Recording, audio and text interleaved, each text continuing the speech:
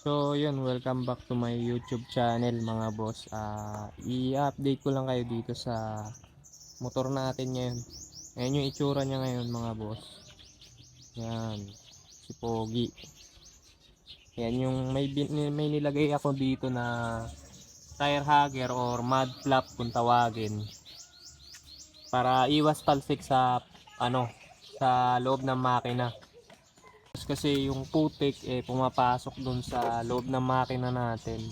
Kaya nilagyan ko na nito kasi ito parang wala lang, hindi masyadong effective.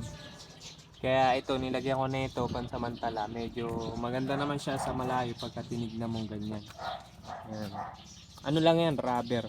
Nilagay ko lang. Dinigit ko lang na mighty band. Tapos ayun nga, i-update ko kayo sa mga piyesa na ilalagay natin. Itong center monoshock ko malapit na natin ikabit. Ito yung shock na ilalagay natin. So ito mga boss yung mga ikakabit natin piyesa dito sa motor natin. Yan, unahin ko ito yung center monoshock. Ilalagay natin dito yan sa gitna.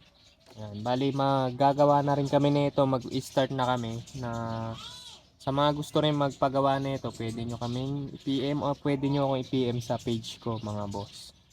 Yan, babalitaan ko kayo kapag nakabit na tong center monoshock natin. Tapos ito naman, pagkatapos natin makabit yan, ito naman ang isusunod natin, disc brake. Kasi itong mags ni Raymond, naka-ready na to na disc brake dahil naka-disc brake siya dati. Yan.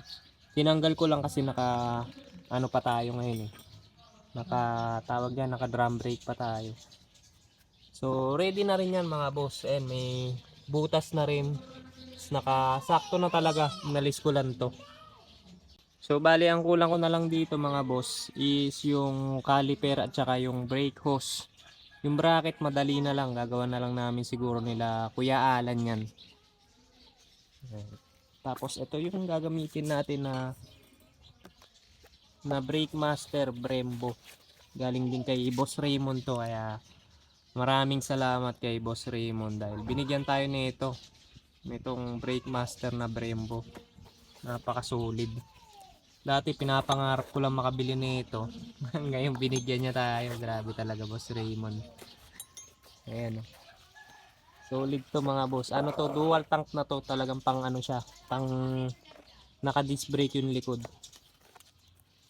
Yan. So abang-abang lang kayo mga boss sa YouTube ko. Sana mag-subscribe din kayo dito para ma-update ko kayo sa mga kinakabit natin sa motor natin. So lahat yan mga boss, isa-isahin natin yan na mapaporma tong motor natin. Bali yan, yung huli niyan repaint na. Re-repaint natin ng pan Ducati red, tapos lalagyan ko lang ng mga sticker, tapos parang magmukha siyang Ducati talaga, Ducati concept. Yan, bala ko pa tong i-150 by 70 yung likod, kaso mukhang hindi nakakasya. Ayan, wala na siyang clearance, konting-konti na lang.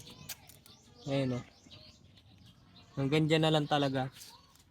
Hindi ko lang sure kung kaya ng 150 by 60. Kasi pag 150 by 70, ayun sagad na siya ron sa makina. Ito 140 by 70 kasi to. Hindi ko lang sure kung kakaya pa dito sa 150 by 60. Ayun yung clearance dito. Yan. Tingin ko kasya, kaso ito sasabit na ron sa sa may crank dito. Kahit naka center monoshock tayo. So ayun lang mga boss, in-update ko lang kayo dun sa mga pyesa na ikakabit natin dito sa motor natin. So yun lang, maraming salamat sa mga followers at subscriber natin. So alright, thank you.